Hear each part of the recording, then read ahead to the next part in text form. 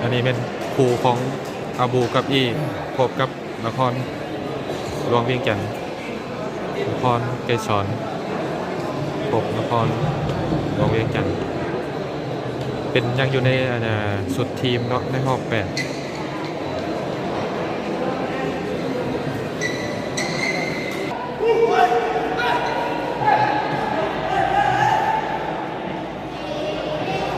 ซ้อนเสิร์ฟก่อน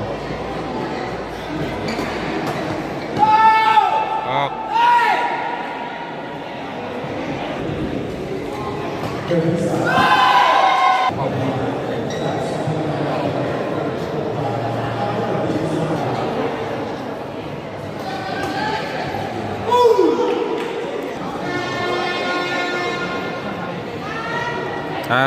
อาบูเสิร์ฟ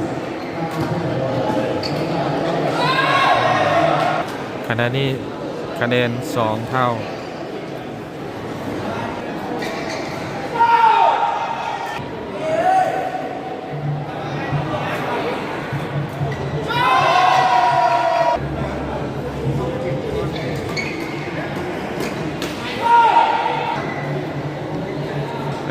ต่อไปอาบูเสิร์ฟ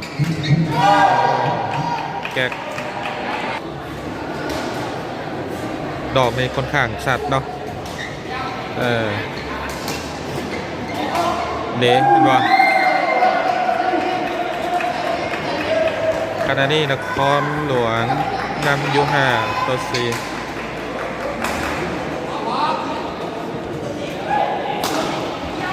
ดี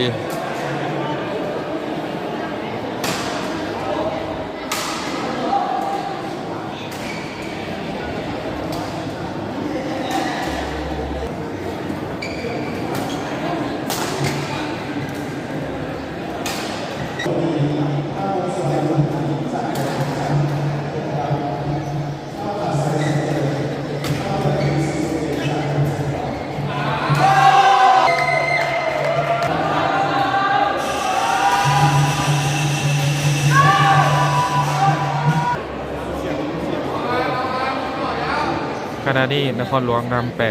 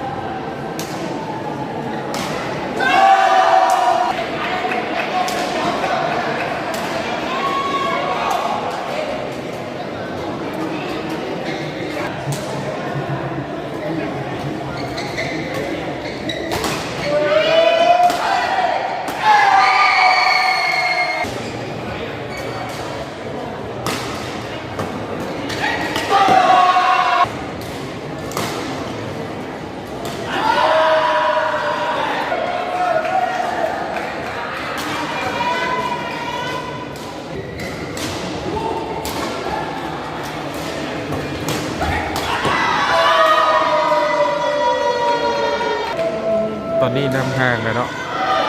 นครหลวงนำอยู่15-520-6จบ